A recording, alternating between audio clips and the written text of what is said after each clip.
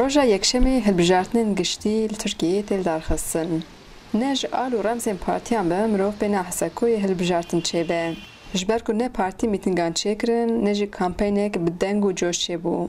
Ji ber rewşa Aloz a Herêmê derbarê ewlehiyê hilbijartinê de jî guman hene ku hilbijartinek demokratîk çê nebe. Rêxistinên sivîl li jineyên çavdêr amade kirine da ku ji destpêkê heta dawiyê çavderiyê bikin û nelîretiya tespît bikin. Komala mafê mirovan îhade jî li jineyên çavdêr ava dike.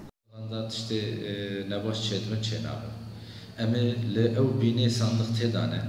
Em ê mezekin yani herkes rehetî karê bigî ser sandıqê, nikare bigî ser sandıqê. û em bibêjin der û dorê wê wan bîna ew ê çek destê wan dane yani polîs û esker. Çiqasa nêzîkîne ew li wê derkê hemberê vî karî diskinin naskinin. Zanî ev van tiştan em ê li ser biskinin. Di nav şeş mehanda du hilbijartinên mezin, coşî û baweriya gel kêmtir kiriye.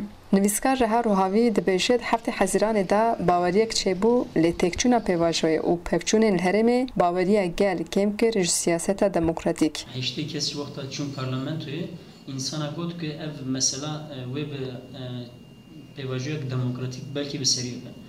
Lê xeta li her diha aliyan jî em nikavêjin yani sedîset pekeke dest bi şerk yani sedîset ev yani bi her diya bi dest hev girtu dest bi şer kirin îja dibin siya bêhêvîtiyê em diçin hilbijartinek nû lê ev dibin vê siyê de jî texmîn nakin însanan fikrê xwe pir zêde biguherin. Mesela Diyarbekirê ji 10 HDP bû yek jî AK Parti bû texmîn ihtimalekî zêde ye ku belkî bibe nehûdû.